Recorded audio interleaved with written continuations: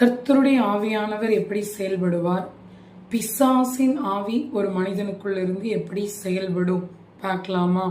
Mark 3ஆம் அதிகாரம் 22ஆம் வசனத்துல வேத பாரகர், பரிசேயர் இவர்கள் எல்லாம் இயேசு கிறிஸ்து செய்கிற கிரியைகளை பார்த்து, இவன் பெயல்செபூலா இந்த கிரியை செய்கிறான் அப்படின்னு ஆண்டவர் மேல குற்றம் சாட்டுறாங்க.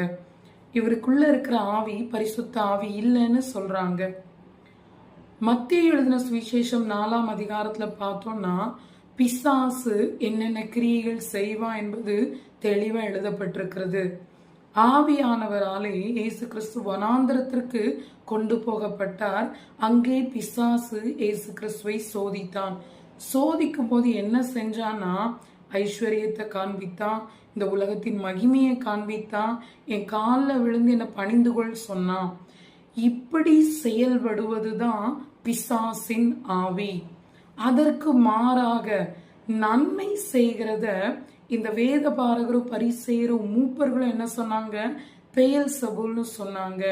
வித்தியாசத்தை கண்டுகொள்ளுங்க, ஐஸ்வர்யத்தை தரேன், மகிமையை தரேன், என் காலுக்கு கீழே இருன்னு சொல்றது பிசாசின் ஆவி. மற்றவர்களை குணமாக்குவது, பிசாசின் பிடியில அகப்பட்டிருக்கிறவங்களை விடுதலை ஆக்குவது, கடிந்து கொள்ளுவது, தீமையான வழியை தெரிந்து கொள்ளும் போது கர்த்தருடைய வழி இது என்ன சொல்லி கடிந்து கொள்ளும் போது, இது பரிசுத்த ஆவியானவருடைய செயல்பாடு. உங்களை நீங்களே ஏமாற்றிக் கொள்ளாதீங்க.